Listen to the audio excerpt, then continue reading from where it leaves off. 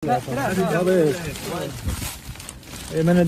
هذا خلاص ضب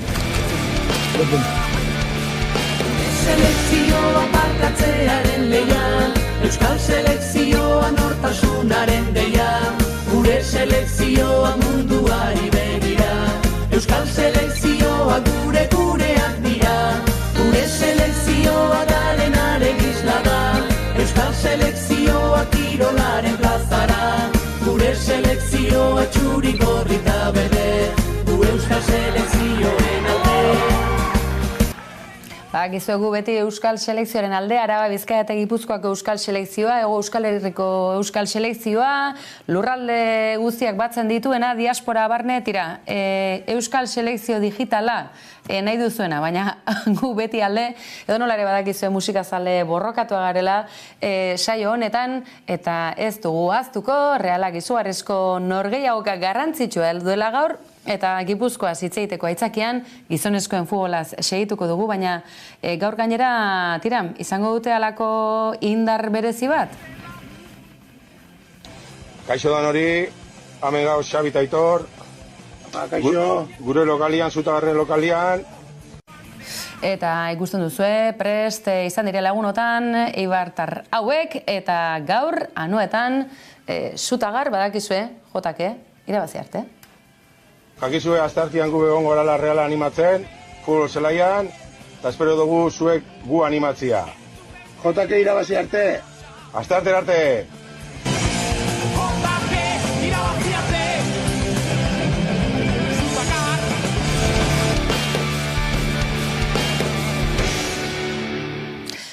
Gauzak honela, badakizue geurea ere izaten dela, ona, baina bukaera izaten duena, egunero, badakizue, kolpez kolpe antenatikat, informazio zerbitzua, esoikoa, baina fidagarria, badakizue sare sozialen eta telebistaren arteko zubilan hauek, eta umore ukitu azidua gogoko ditugula, eta biurrikeriak egitea ere, bai. Tira, esan dakoa, gaurkoaren amaiera heldu da, baina bihar gehiago bitarte horretan badakizue, musika kontuetan, Euskal Herria zuzenan badela, Euskal Herriaren luze zabalean, bizirik den Euskal Herritarren eta herritarra den festival hori.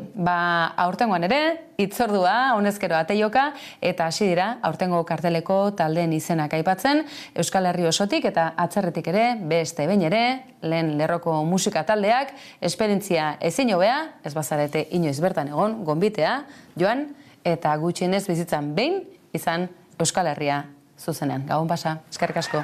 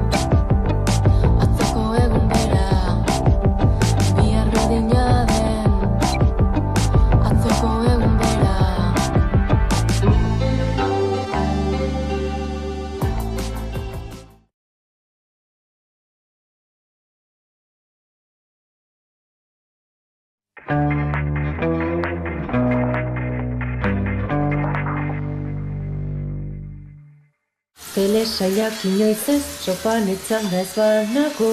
Inoiz ez, kapitulu berririk ez maiteaz badago. Zatoz Euskal Telera eta orain Netflix eta Prime ere emango dizkizugu. Haze gogoa inoiz erabiliko ez duzun urrengoa zer den jakiteko. Euskaltel, zer nahi duzu bihar?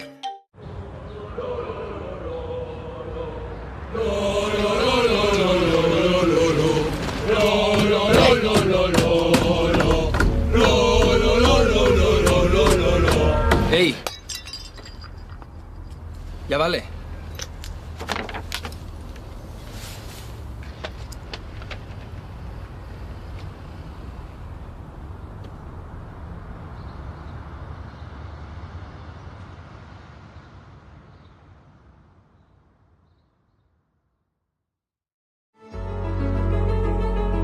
Zure garapen pertsonal eta profesionala bermatzen duen lanbidea. Etorkizun seguruago bat guztiontzat. Ertzaintzan eta Euskadiko udaltzaingoetan sartzeko deialdi bateratu berria. Zatoz Euskal Poliziara eta eman zure onena.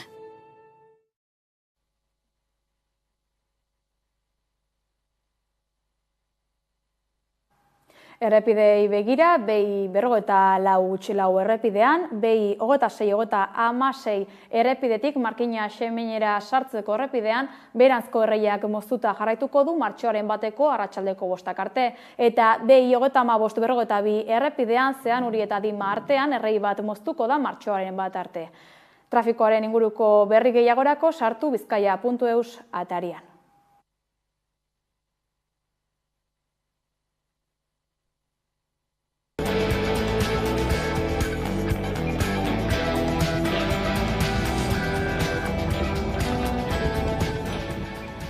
Erruz egin du euria Euskal Herriko txoko ugaritan eta gainezka egin dute ibaik. Horiak, zadorrak, kargak, urdazurik eta urolak besteak beste. Herritar batzuei etxe barnealdea blaitu die euri urak eta beste batzuek etxera iristerik ere ez dute izan, tarte batez errepide asko itxi baitituzte eta garraio publikoko zenbait linearen zerbitzua bertan bera utzi segurtasunagatik. Luiziak izan dira, uholdeak sortu eta zuhaitzak erori ere bai. Monika Ekaitzagatik Euskal Herriak gainezka egin badu ere, barealdia dator meteorologia agentzien arabera.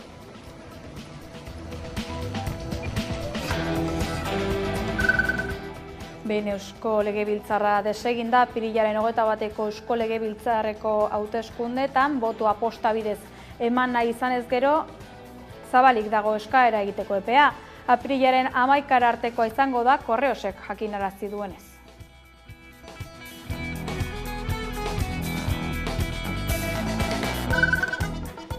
Iazko abenduan Espainiako gobernuak energiaren gaineko zerga batzuk berreskuratu eta beza 5%tik 10%ra igo zuenean, inor gutxi ohartu zen klausula bat sartu zuela dekretuan. Haren arabera, hilabete batean argindarraren megabatio orduak handizkako merkatuan 55 eurotik beherako prezioa badu, hurrengo hilean tasa arrunta ordainduko du argindarrak, hau da 121-koa.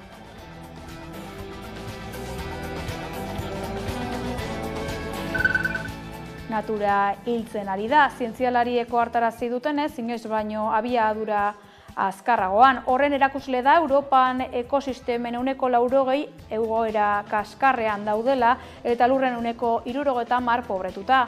Naturagunen galera eten nahian eta egoera irautzeko helburuarekin Europako Batasunak natura leheneratzeko araudia ezarriko du indarrean. Europarlamentuak gaur goizean onartu du Europar Kontseiluarekin adostu zuen testua eta orain soilik falta da azken horrek akordioari formalki bide ematea. Hori eginda Batasunak konpromisoa hartuko du lur eta itsas eremuen 20% leheneratzeko 2030 urtea baino lehen.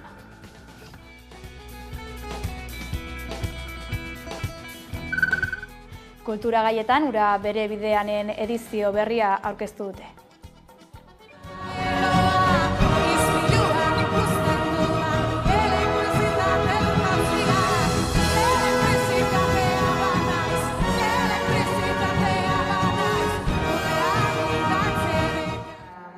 Sorte deno esantutu nazela, zikeratik proiektu honetan parte izetiez, ez dakit lehenengo kontzertuen igual meretxe urten euskazan edo 18 ez dakit, eta artista baten modun tratau izana beti proiektua naiz eta txikiza izan da, bai adinez, bai proiektu modun, hori hemen nabarituten da zelako garrantziz edekon kulturak. Eta urte bat diska aurkezten eta batean horrelako bek erraldoi batean abesteko aukera izatea, kriston pasada da, eta oso motibatuta ez, zen joen ere buruan, pixkat surrealista inkluso bihurtzen da, etxean gitarra soilez idatzi dudan abesti bat, Fernando arreglo bat prestatu eta joko dugula orkestarekin, koralarekin.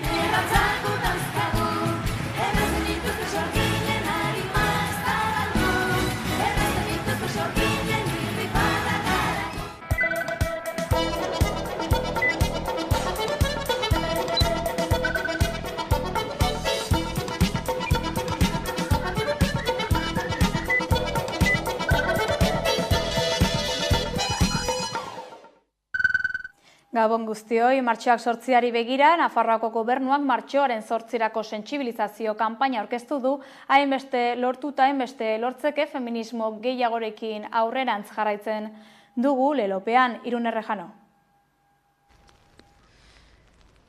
Felix Tabernak eta Patrizia Badek martxoaren 8an ospatuko den emakumeen nazioarteko egunaren sentsibilizazio kanpaina aurkeztu dute, hainbeste lortuta, hainbeste lortzeke, feminismo gehiagorekin aurrerantz jarraitzen dugu lelopean. Egun honetan ere violetaz pintatuko dute artxiboko fatxada eta Nafarroako jauregia eta hainbat ekintza eginen dituzte egun horretan zehar. Nafarroako gobernuak atzo aurkeztu zuen datorren martxoaren 8an ospatuko den emakumeen nazioarteko egunaren harira edatuko den sentsibilizazio kanpaina. Hainbeste lortuta, hainbeste lortzeke. Feminismo gehiagorekin aurrerantz jarraitzen dugu. Mezu horren bidez, foru gobernuak adi jarraitzeko beharra nabarmendu du berdintasun kuota esanguratsua lortzen jarraitzeko. Felix Taberna berdintasuneko kontseilariak eta Patrizia Badek hitz egin dute prentsaurrekoan. Tabernak zioenez, gizarte berdinzaleago baterantz aurrera egiteak onura soziala dakar guztiontzat, emakume zein gizonentzat. Tener la igualdad entre hombres y mujeres no beneficia exclusivamente a un colectivo, sino que beneficia al conjunto de la sociedad. Beneficia al conjunto de la sociedad y en ese sentido tendremos una sociedad más inclusiva, más saludable, más integrada. Bestalde, Patrizia Badek mugimendu feministaren eskaerei esker lortutako lorpenak aitortzeko beharra azpimarratu du. Desde el compromiso institucional con las políticas de igualdad en este gobierno feminista, seguimos situando la igualdad en el centro de la agenda política. Entendemos imprescindible apostar por campañas de sensibilización que pongan en valor lo logrado. Aurtengo kanpainaren fokua egiteke dagoen lanean eta egiturazko desberdintasunaz jabetzen ez diren edo gizartea jada berdintasunezkoa dela pentsatzen duten herritarrak sentsibilizatzearen garrantzian jartzen da. Kanpainak 55.000 euroko aurrekontua du. Bideo bat ere egin da, 1931an emakumeen boto eskubidea onartu zenetik lortutako lorpenak biltzen dituenak.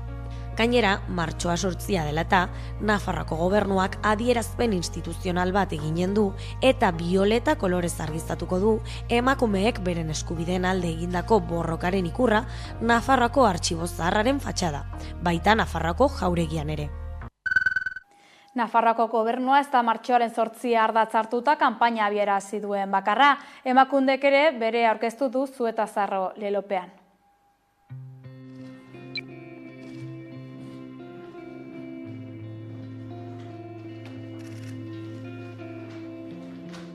Garrantzitsua da belaunaldi ezberdinek nagusien legatua jasotzea eta garrantzitsua da baita ere belaunaldi gazteen ahotsa entzutea.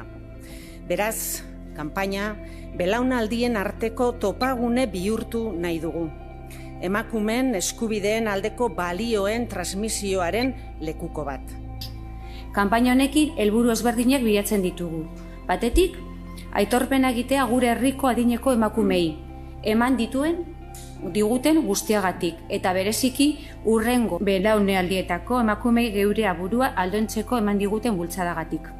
Bestetik, azpimarratu nahi dugu belaunaldien arteko harremanaren beharra eta garrantzia, emakume nagusien legatua gurea egin eta hurrengo belaunaldietara igarotzea aldabideetzearen garrantzia. Ahaldundutako emakumeen atzean, ahalduntzera bultzatu duten beste emakume batzuk izan dira. Martxoak 8, emakumeen nazioarteko eguna. Etxebizitza gaiari helduz Eusko Jaurlaritzak igandean iragarri zuen helegitea jarriko ziola Espainiako etxebizitza legeari, zerbitzu juridikoek egindako txostenak ondorioztatu duelako legeak autogobernua urratzen duela. Bien bitartean, Batu etxebizitza sindikatuak salatu du Basaurin 11 familia etxegabetuak izateko arriskuan daudela.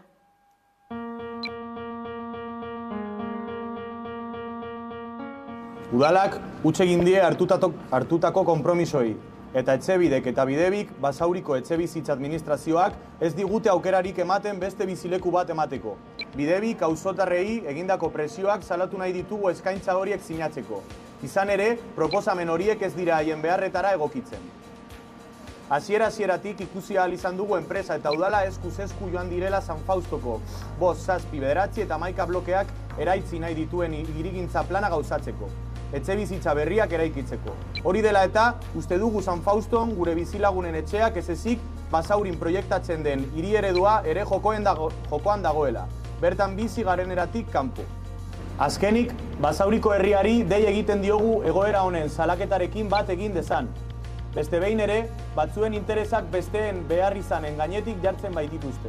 Horregatik, martxoaren 8an mugimendu feministaren deialdiak babestuko ditugu. Eta martxoaren 15ean, ostirala 6:00 Arizgoiti plazan elkarretaratzea egingo dugula.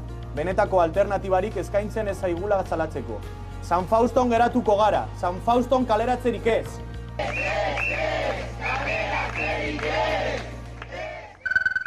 Bilboko epaitegiek Bizkaiko Foru Aldundiko 257 administrazio lanposturen egonkortzea eten dute, euskara eskakizunak proportzioz kanpokoak direla argudiatuta.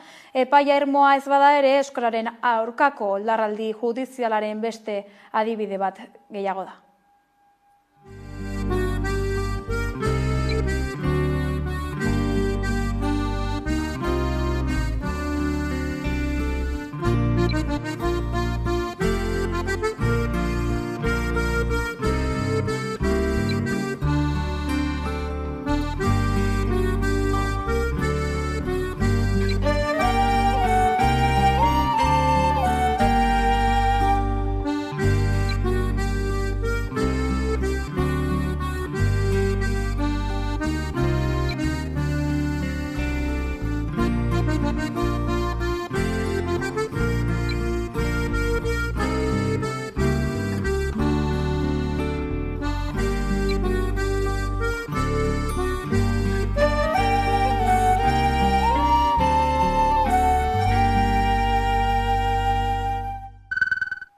Hezkuntzan, Nafarroako Auzitegi Nagusiak eskolae baliogabetu du bigarrenez.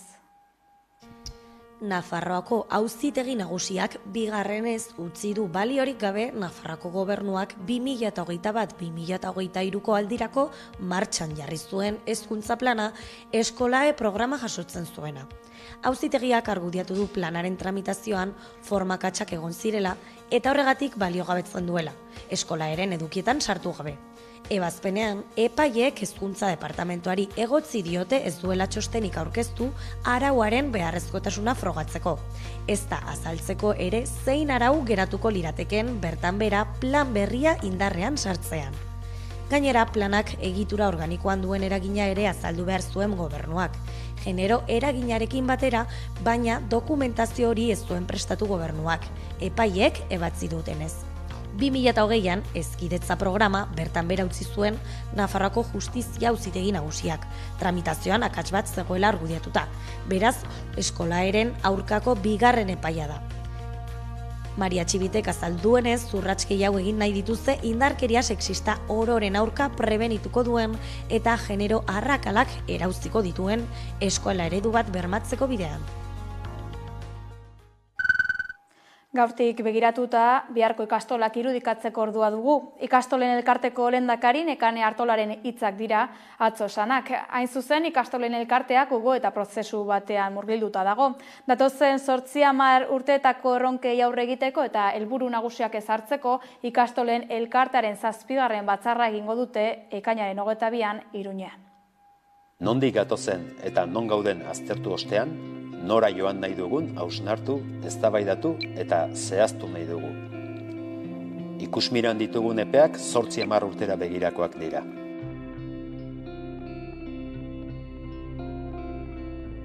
Ikastolen ereduak gaurkotasun handia duela, eredu bizia dela.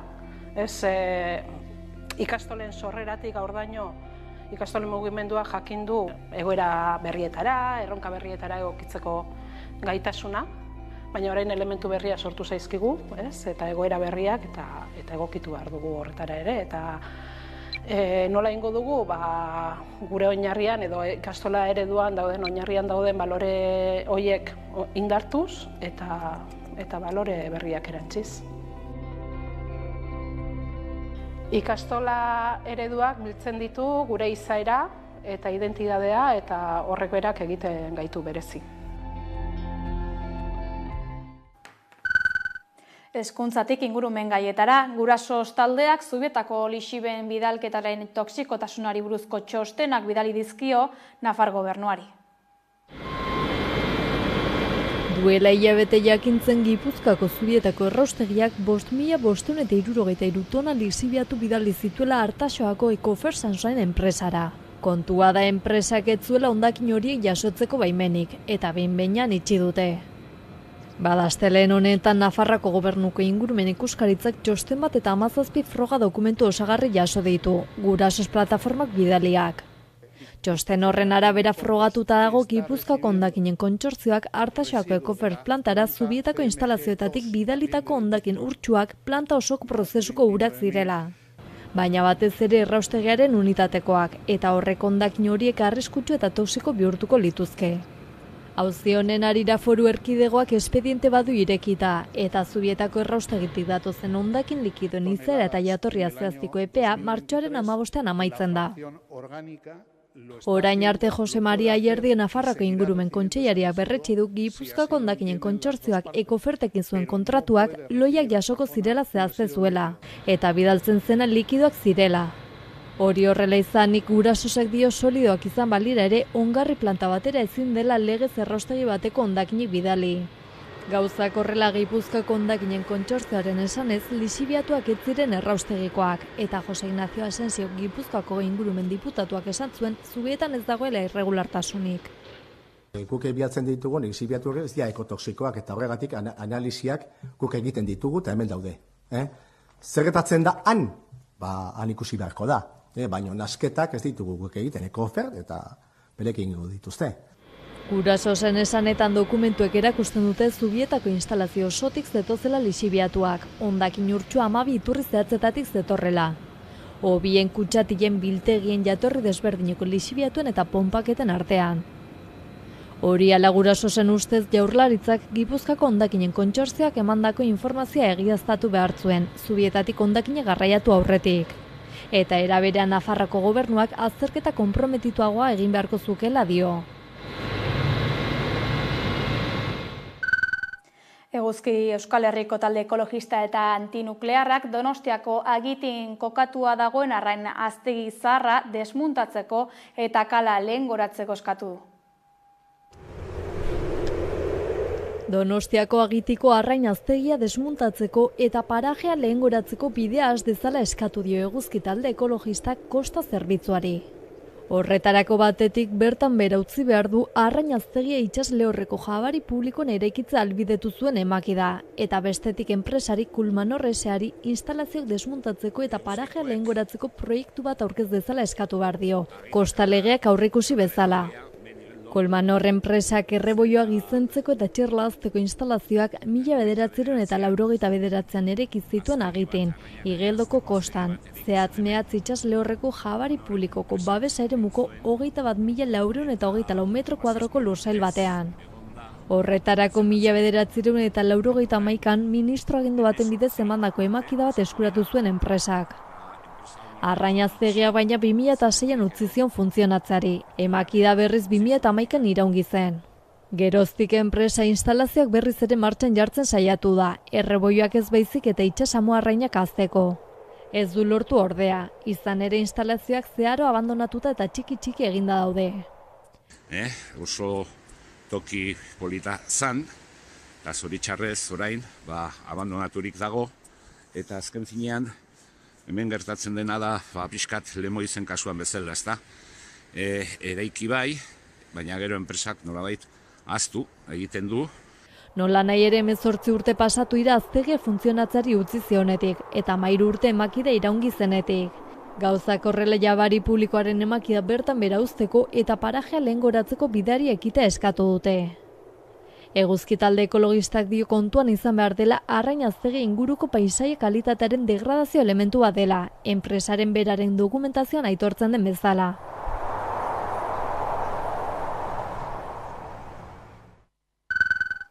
Palestinarekiko elkartasun ekimena jarri dute martxan Bilboko Alde Zaharreko dendariek euren erakusleihoetan. Baztan arte kale kolektiboak sortu duen kristal hautsiez osatutako erakusketa da hautsiak. Antolatzaileek azaldu dutenez, erakusketak egunerokotasuna astintzea du helburu, Israelek palestinarrak egunero hiltzen dituela ez ahazteko.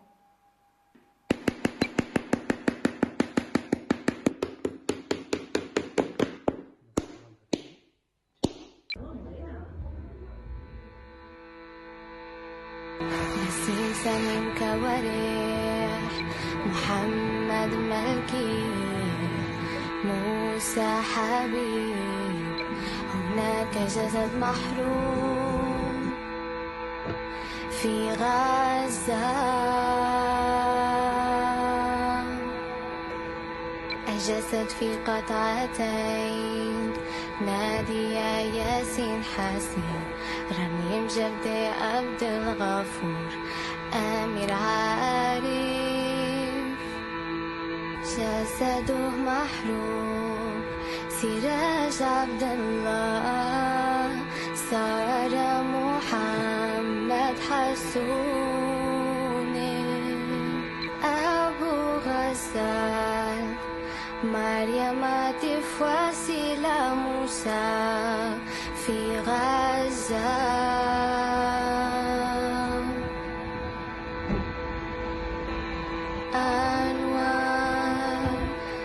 محمد علي دنيا مهدي.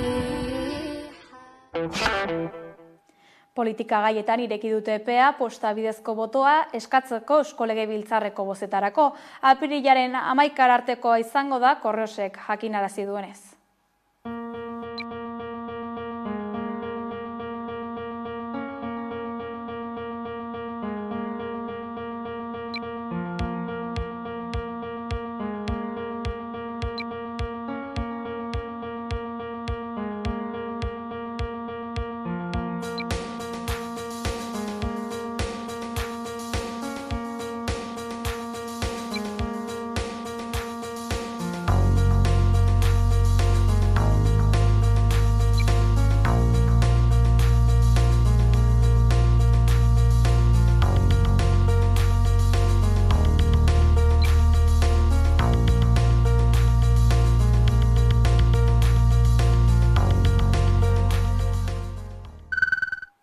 Marisol Garmendia izango da Espainiako gobernuak Euskal Autonomia Erkidegoan duen ordezkaria aurrerantzean.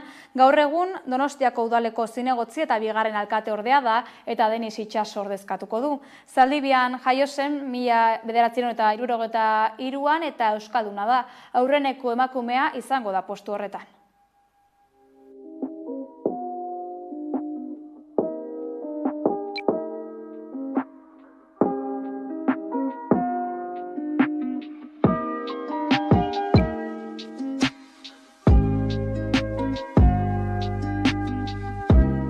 Nire asmoa ildo beretik jarraitzea da. Espainiako gobernuak Euskadiko herritarrekiko ongizatearen eta progresu ekonomiko eta sozialaren alde egiten duen kudeaketa garrantzitsua bultzatuz eta nabarmenduz. Erakundeen arteko harremanak eta elkarlana hobetzeko eta errazteko lanean jarraitzea.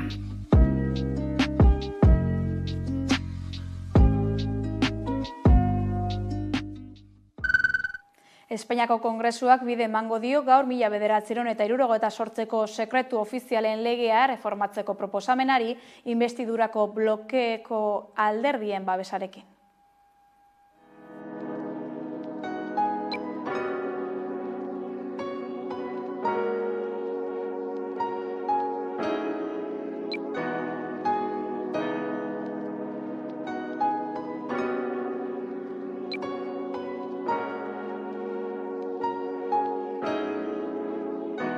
La legislación actualmente en vigor sobre secretos oficiales no es ni lejanamente homologable con el canon constitucional expuesto. España sigue rigiéndose en esta materia que afecta al corazón de la democracia con una ley de 1968 que responde a la lógica de un régimen autoritario como lo era el franquista, con un ligero toque, también tengo que decirlo, preconstitucional en 1978.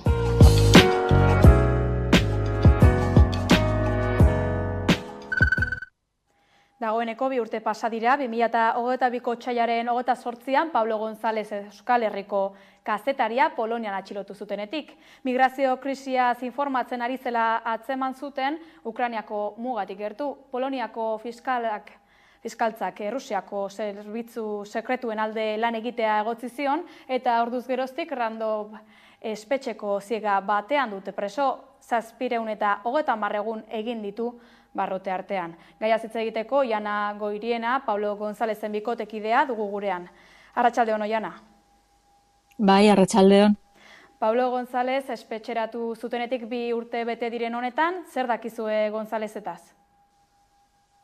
Bueno, ez da asko dakigune, dakizu modun ezingu beraz berbarik egin zuzenien, orduan datoskun informazioe beran abokatuen bitxartez da, beran abokatueri deitzuten zonien, eta altze asko zen karta apurren bitxartez. Azkanengoa atzo jasona ben, baina abenduen 11 da, beraz ez dut uste kontutan hartuteko modukudanik, eta beran abokatuek pasadan astien egon zin bera bizitzaten kartzelan, bai amengu eta bai poloniarrak, eta askoen, ondo topa da bela osasunez, animoz bebai, egonkor, gora berandizek eukideuz, baina, oin behintzet eurek ikusi da benin, ondo onda.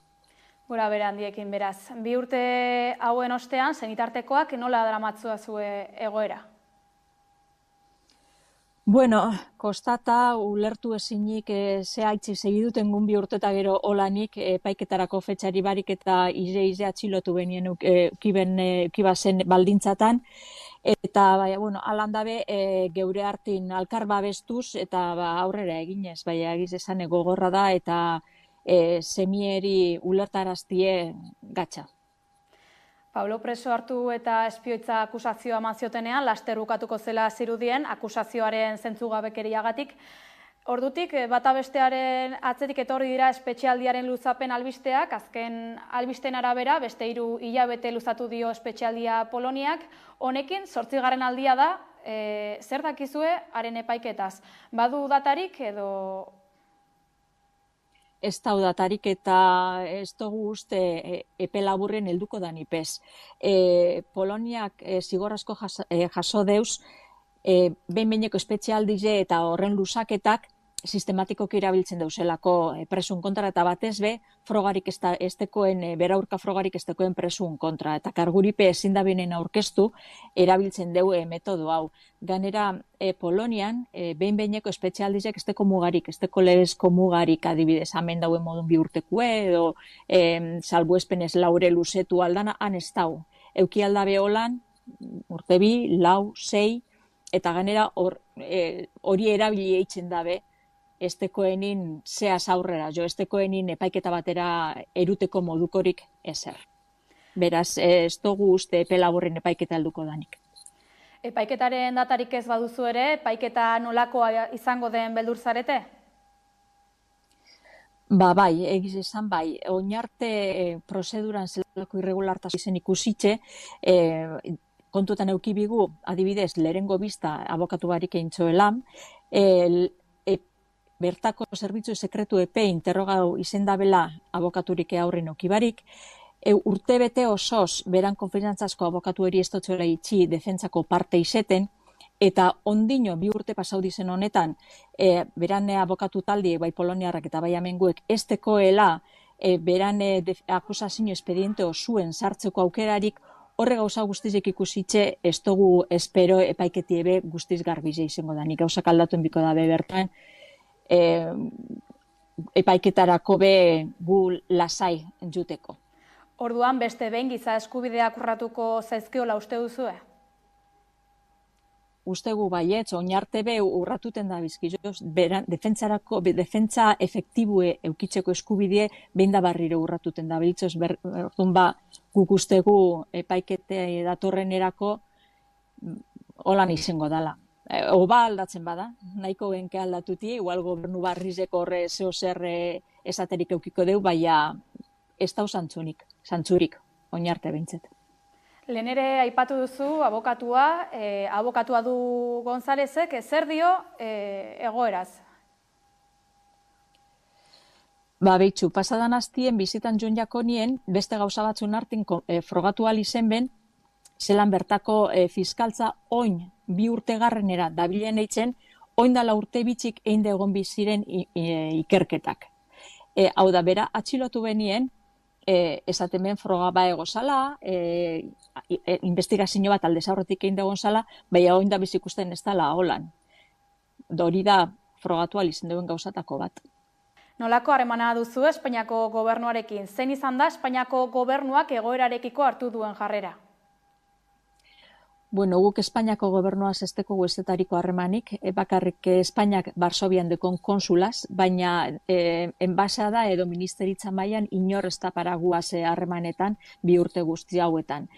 Eta Espainiak hartu duen jarreraren balorazio nahiko eskorra da egiz esan, beran eskubidek defendatu biharrin Polonian alde lerrokatu da, emoten deu Poloniako fiskaltzan parte dala Espainiako gobernuebe, beran erruduntasun printzipioa urratu deu lehengo gunetik esan eskarguek oso larrizek dizela, eta gero euren aktuazio esa edo justifikau dabe esanez, badeko laguntza konsularra, konsule bizitak eitzen zela, badeko zela abokatuek, eta ganera gero guzurre esan deu, beran oinarrezko eskubidiek guztiz bermatute dauzela esakeran. Hau ez da egize, orduan gobernuen aldetik falta larrize sumatuten gu, babes falta larrize.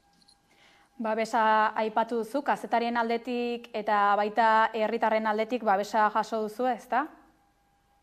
Bai, batez bamen Euskal Herrizen jasogu eta jasoten gabiz eta emoten dugu gero be geure atzin nupiko guzela geu laguntzen eta berari elkartasune helarazten. Oso garrantzitsue da, batez bekontutan eukinde maila instituzionalien eta gero Espainia mailako komunikabidean dizen aldetik zelako isiltasune egondan ikusitxe.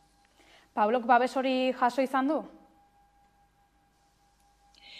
Helarazitzeu kartan bidez, eta abokatuek deitzu, berak abokatueri deitzu altzonin, nik esaten zaba, deitzuten zunin esan hause eta hause, hain komunikabide paradala kontaktu niaz, eta babesa agertzen duela, eta abar, zantzue badekoz, notizia purroa badeko, baina, ez da bardin sentiten amendik eta barrutik.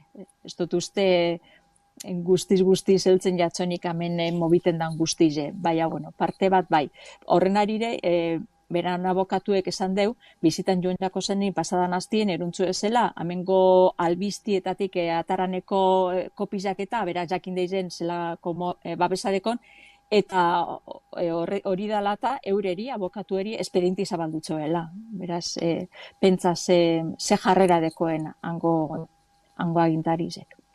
Ea Pablo Gonzalezen egoerako bera egiten duen, esker mila Oiana Goirienea, gaur gurean Euskal Kazetariaren eskubide urraketak beste behin azaltzearen. Ongi izan. Eskerrik asko zeueri, tondo izen. 1976ko martxoaren 3an, Espainiar poliziak Gasteizen eraildako langileak komentzeko ekitaldia egingo dute ELA, LAB, ESK eta Esteila sindikatuek, martxoak 3 elkartearekin batera. Igandean izango da, sarraskiaren 58. urteurrenarekin. Eguerdiko 12etan elkartuko dira, biktimen oroimenezko monolitoan ekitaldia egiteko. Ordu erdi bat geroago, manifestazioa egingo dute hiriko kaleetan barrena. Atzo eta gaur borrokan lelopean mobilizatuko dira, denontzat justuagoa izango den etorkizunaren aldeko borroka aldarrikatuz. Izan ere, 1976an, poliziak Pedro María Martínez Ocio, Francisco Aznar Clemente, Romualdo Barroso Chaparro, José Castillo García eta Bienvenido Pereda Moral erail zituen, soldata eta lan baldintza hobeak aldarrikatzeko greba burutzen ari zirela. Hurrengo egunetan, poliziak Juan Gabriel Rodrigo eta Vicente Anton Ferrero erail zituen ere, Gasteizen gertatutakoa salatzeko Basaurin eta Tarragonan egindako mobilizazioetan. Sindikatuek azpimarratu dutenez, orain dela 58 urte egindako egindako borrokak bizirik dirau. Bizitzak erdigunean jarriko dituen sistema, enplegu duinak edota planeta bizigarri bat lortzeko aldarriak zabaldu dituzte sindikatuetatik. Igandean, aldarrikapen horien alde mobilizatuko dira. Gaurko borrokarekin, 1976ko borrokak eta eraildako langileak omentzeko helburuarekin. Politika gaietako azken albistea izan da hau da aurten ere ELA, LAB, Steilas eta SK sindikatuek martxoak 3 elkartearekin elkarlanean, 1976ko martxoaren 3ko sarraskia oroitzeko ekitaldia eta manifestazio antolatu dituztela. Ekonomiara egingo dugu orain salto, Nafarroan gutxieneko pentsio duina aldarri duen plataforma dugu albiste. Irune Rejano.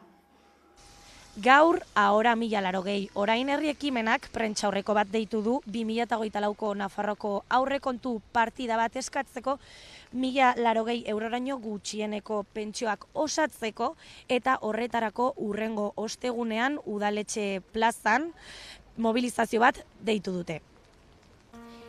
Ahora 1080 orain herri ekimenak 2024ko Nafarroako aurrekontuko partida bat eskatzen du 1080 euroraino gutxieneko pentsioak osatzeko. Pentsiodunen mugimenduaren borrokari esker, pentsio duinen aldarrikapenak eztabaida politikoan jarraitzen duela uste du ekimenak, baina gutxieneko pentsioak osatzeko konpromiso argiak eskatzen dituzte. Iñaki Zabaletan, 1080 orain ekimeneko kideak egoeraren inguruko datuak eman ditu. Gizartean gero eta jende gehiago dagoela bizi baldintza duinak mantentzeko nahiko diru-sarrerarik ez duena. Nafarroan 51.000 pertsona daude gutxieneko 1080ko pentsiorik ez dutenak, horietatik 176 emakumeak, eta horregatik pentsiodinen mugimenduak, eragile sozialek eta eragile sindikalek Nafarroako 2024ko aurrekontuetan gutxieneko 1080ko pentsioak osatzea eskatzen dugu. Aurrekontu akordioak ez du jasotzen gutxieneko pentsioak 1080 euroraino osatzeko berariazko konpromisorik.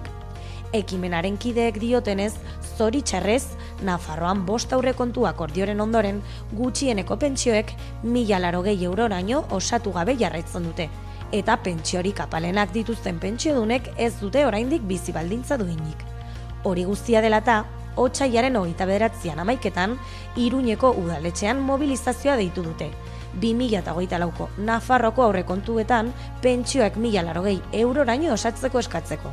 Egun horretan, kanpaina honetan bildutako sinadura guztiak eta ekimen honek aurkeztutako mozioa onartu duten udalen zerrenda erregistratuko dituzte parlamentuan. Aldarri ez gabiltzala, Araban Txagorritxu ospitaleko urgentzietako langileek mobilizazio ekin diete. Txagorritxu ospitaleko larrialdi zerbitzuaren egoera salatzeko mobilizazioei ekin diete urgentzietako langileek. Azaldu dutenez, larrialdietara gerturatzen diren erabiltzaileek ordu luzez itxaron behar dute arreta jaso ahal izateko. Egoera hau, Santiago ospitaleko urgentziak Txagorritxura mugitu zirenetik ematen ari dela baieztatu dute. Zentralizazio hura lehen arretan dagoen profesional faltarekin batera, Txagorritxuko urgentzietara gero eta paziente gehiago ailegatzea suposatu duela azaldu dute. Osasun langileek zentralizazioa murrizketatzat hartu zuten, bi larrialdi zerbitzu izatetik bakarra izatera pasa baitzen.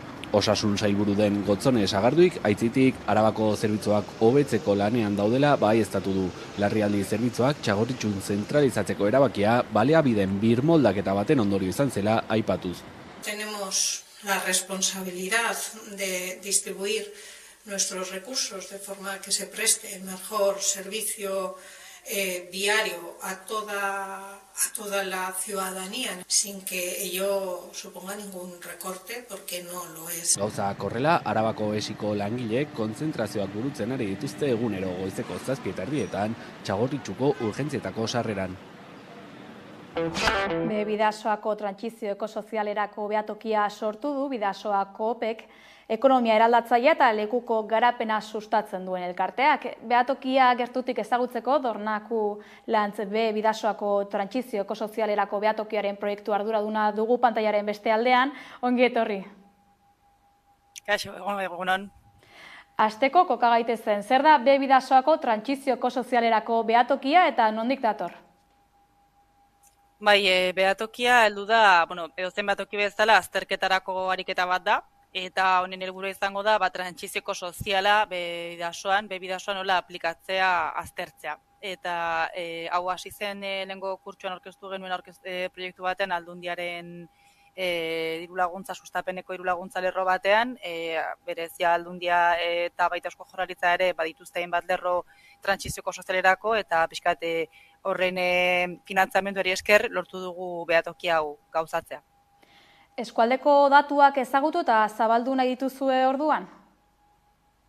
Bai, hau da, datuak azterketa ariketa bat izango da, nola trantsizioko soziala nola aplikatu gure lurraldera. Eta hortarako ariketa ezberdinak egingo ditugu, baina noien artean 3 lerro definitu ditugu, hau da, trantsizioko soziala hainbat lerro asko okupatzen dituen ariketa bat da, baina 3 aukeratu ditugu aurtengo kurtsorako.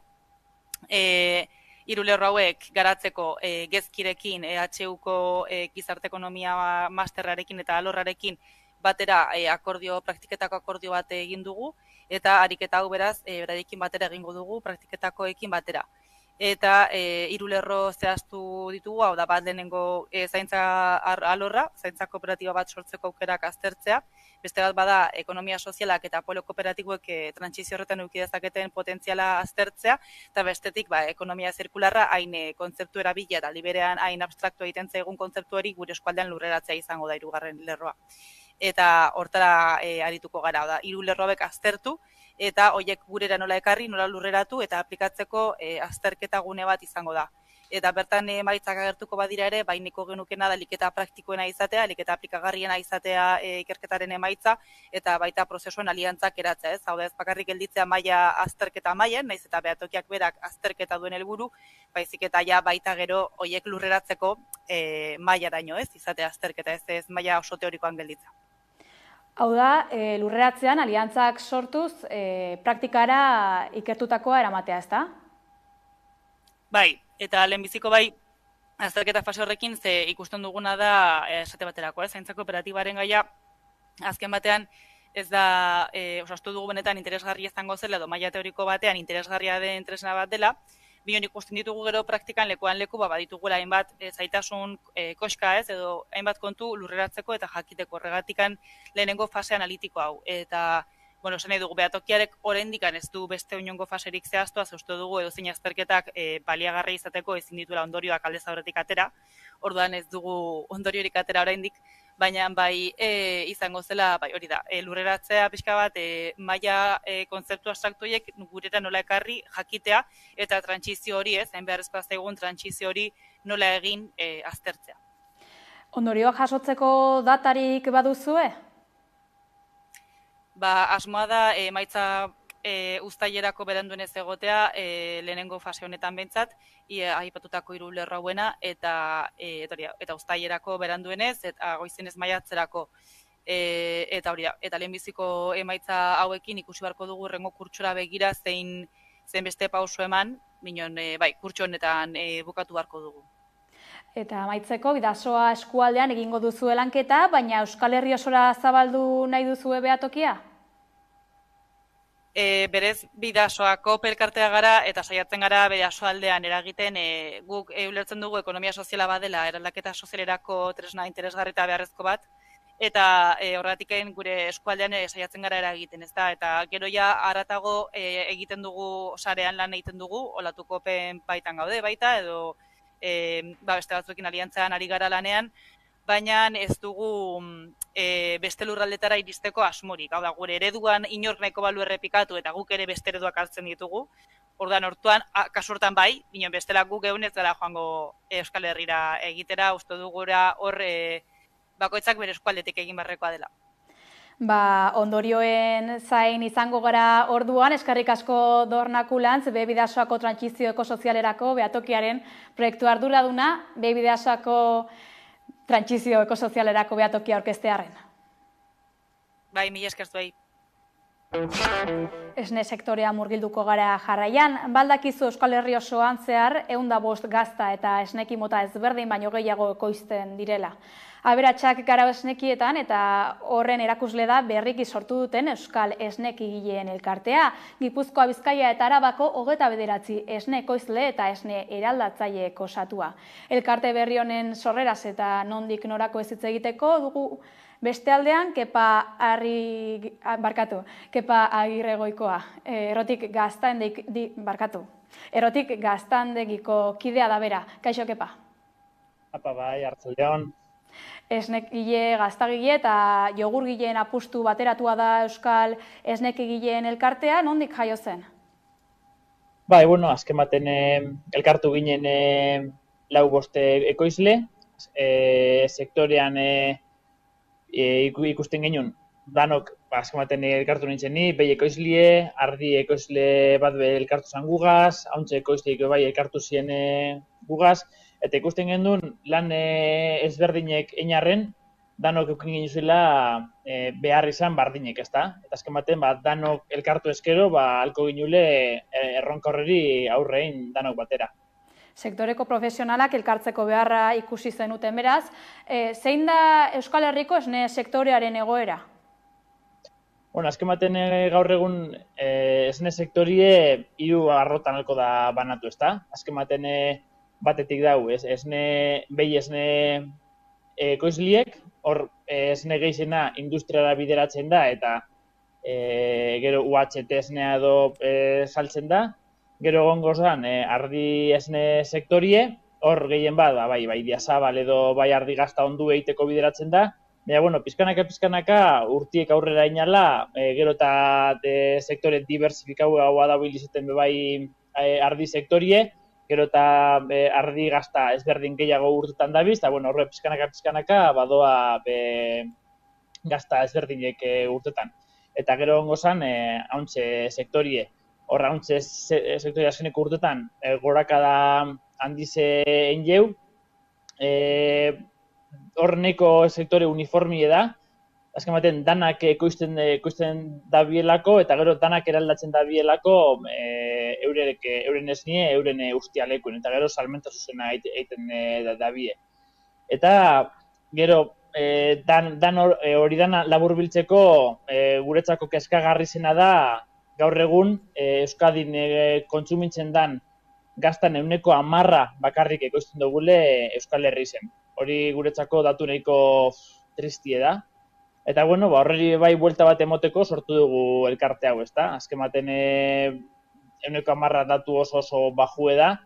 Eta alde batetik ekoizliek gehiago ekoiztu biko dugu, datu hori pizkatikoteko, eta gero kontsumitzaileek bai erantzun bat emon beharko dutze produktu hori kontsumitzerako orduen. Kontsumoan eragiteko sortu duzue beraz elkartea orduan, ezta? Hau da, Euskal Herritarron esneki kontsumoa hazteko. Bai, bueno, azken baten bize jonbidez eskutik, ezta? Bai ekoizpena eta bai kontsumoa. Euskal Herri zen, usteot, iparraldeia beste nivel baten dauela, gazta kontsumoan, hor azken baten iparralde edo egoalde hor alde handize dau, gazta kontsumoan. Baina, bueno, guk azken baten Euskadiko gaztagileak gara, eta bai, hor apurbet indartu behar dugu eta ezagutzara emon Euskadin dekogun aberastasun, ezta? Gero eta esneki gehiago dekoguz, ezberdinek, gero eta ustialeku gehiago dabi zeuren esnea eraldatzen, eta horreri da, azken baten, balori emon behar dutxegune eta gizarteri erakutsi behar dutxegune zelango altxorra dekogun esnekizetan Euskadin. Web horria ere sortu duzue, hau erakusleio bat ere bada zuentzat, ezta? Bai, azken baten leio bada, zuk esan duzu, azken baten 29 ekoizle gauz, gaur egun elkartien, eta bueno, azken baten gizartiek ikusi deizen, ekoizten dugu zen gazta guztizek, bakotxak zer ekoizten deuen, nun ekoizten deuen, eta azken baten gizartiedi hurbiltzeko modu bat izen da webgune hau eratziena. Guztira, 105 gora produktu ekoizten dituzue, esne, gazta, jogurtak, izozkiak, aberastasun handia badagoela ikus daiteke.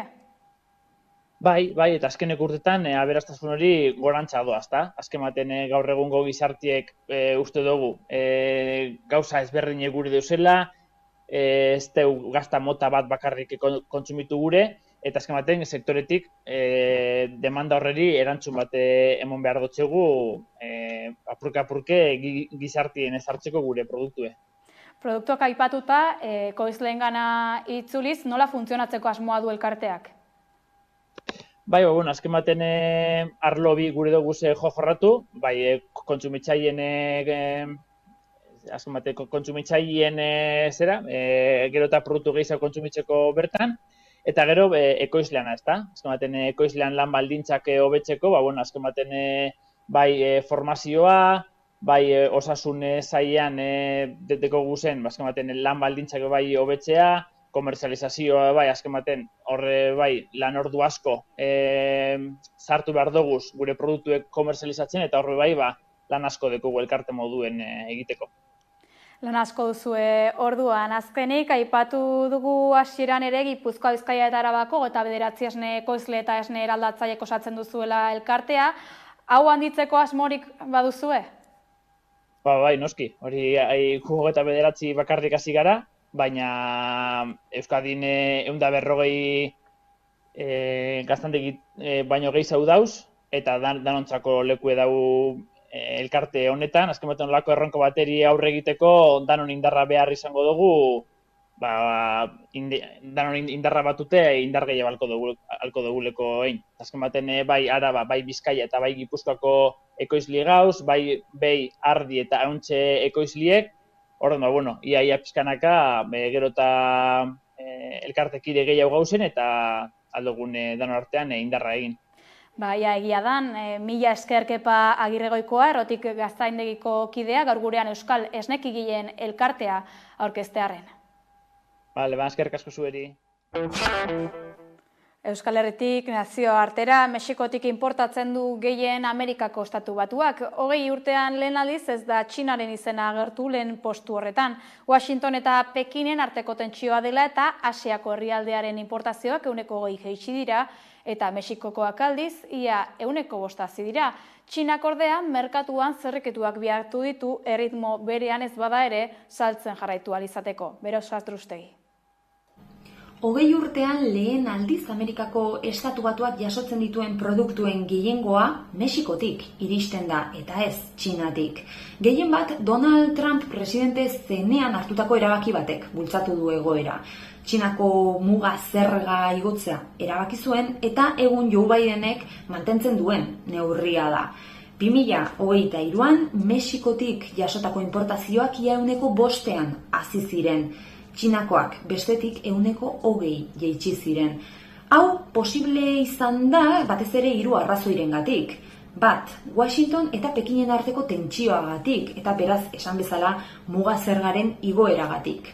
2, eskulanaren kostuagatik, eta 3, 2020an indarrean sartu zen Ipar Amerikako merkataritza askeko itunagatik. Azken honek, Mexiko, Kanada eta Estatu Batuen arteko merkataritza fluxua erraztu zuen. Egoera honek Mexikorentzat 2 efektu nagusi dituela azpimarratzen dute adituek. Batetik, hazkunde ekonomikoa eta bestetik, lanpostuen sorrera bultzatzen duen egoera dela diote. Gaian adituak diren ekonomistek uste dute gehiago azitekeela, baina Mexikoko egoerak azte hori zaildu duela azpimarratzen dute. Azpiegitura faltagatik gehien bat. Izan errepide faltagatik, izan portuen egoeragatik, sare elektriko egoki baterako sarbide faltagatik, edo uraren egoeragatik besteak beste. Ura diot ustezko hazkunde honek badu beste irakurketa bat, eta beste behin ere komunitate txikienak dira zaurgarrienak. Mexikoko zonalde batzuetan ur eskasia nabarmentzekoa da, eta bertatik gertu komunitate hauetatik gertu industriaguneak eraikitzeak sekulako eragina izan dezake, azpiegiturek ur kantitate handia behar dutelako fabrikatzeko.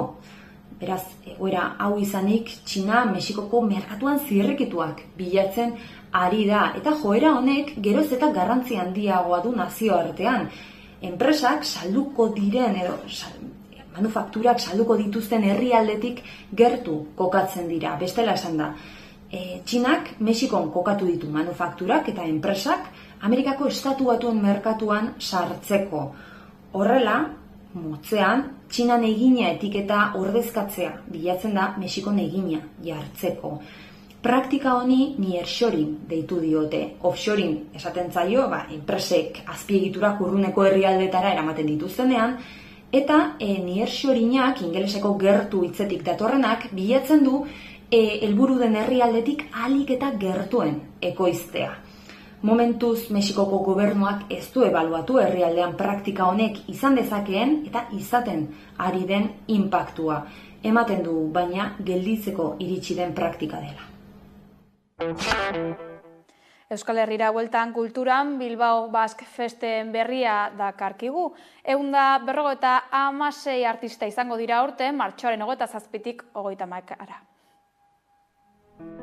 Bilbao Basque Fest 2024 jaialdiak musika, dantza, antzerki ikuskizun eta euskal kiroleko jarduerak eskainiko ditu. Baita dastatze eta tailer gastronomikoak, sinema saioak eta aurrentzako proposamenak ere. Xabier Otxandiano zinegotziak jaialdiaren programazio osoa aurkeztu du astelehen honetan. Martxoaren 27-tik 30-ara bitartean ospatuko den euskal kulturaren hitzordu nagusia. Euskal kulturaren jaialdiak irauten duen 5 egunetan, Bilboko 30 gunetan zehar zabaltzen dira ekintzak. Edizio honetan parte hartzen duten 308 jatetxe, taberna eta denda espezializaturekin. Guztira, 156 artistak parte hartzen duten 175 jarduera biltzen ditu. Jaialdiak askotariko planak izango ditu, gehienak doakoak. Zehazki, publikoak 58 musika, dantza eta antzerki ikuskizun euskal kiroleko 34 jarduera eta tailer gastronomiko txikiak ikusi ahal izango ditu. DJ saioak programatu dira Marsanan eta hiriko hainbat lokaletan, hala nola azken aretoan edo roketen zuzeneko kontzertuak eskainiko dituzte. Taberna Live Music zikloaren barruan. Zinemaldetik, BBK aretoak Estibaliz Urrizolaren film luzea 20.000 especies de abejas proiektatuko du ostegun, ostiral eta larun batean. Bestetik, aurrentzako hainbat jarduera programatu dituzte. Zirkutailerrak, antzerki eta magia saioak, Kasilda Iturrizar parkean, eta Gargantua, Guggenheim Bilbao museoaren zabalgunean egongo da. Areatza gurmetatalaren epizentroa izango da berriro ere. Bertan, Euskadiko 10 eskualde turistiko kalitate handiko produktu freskoak eskainiko dituzte. Besterik ez gure aldetik, informazio gehiagorako badakizue sartu gure sare sozialetan edo 11.eus atarian. Ziztada eta Erlantzen ahotsak abestia da hurrengoa. Ongi izan eta bihar arte. Nire burutik kanporatu naiz zaitut benetan, alferkeria gainerakoen esanetan. Itzala dutartzean, bultzaz laguntza eskean, jateko gogorik ez dut, zer dugu zuta biotartean. Zer dugu zuta biotartean, zer dugu zuta biotartean, tartean.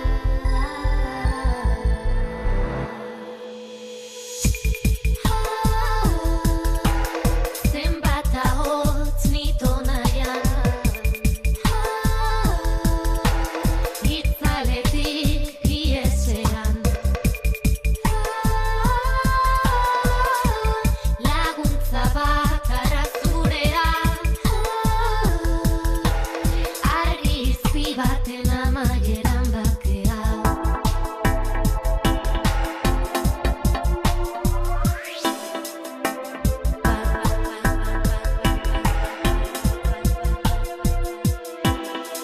Deskonektatzeko ordua heldu da, besteak bezain ondo egoteko esfortzua, alkolak estali du barneko mamua, gorputzak sentitzen du musikaren basua.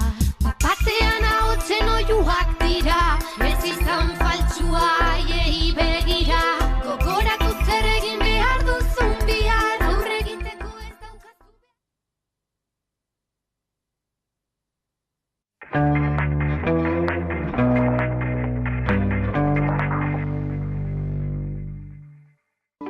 emantzipaziorako ate bat.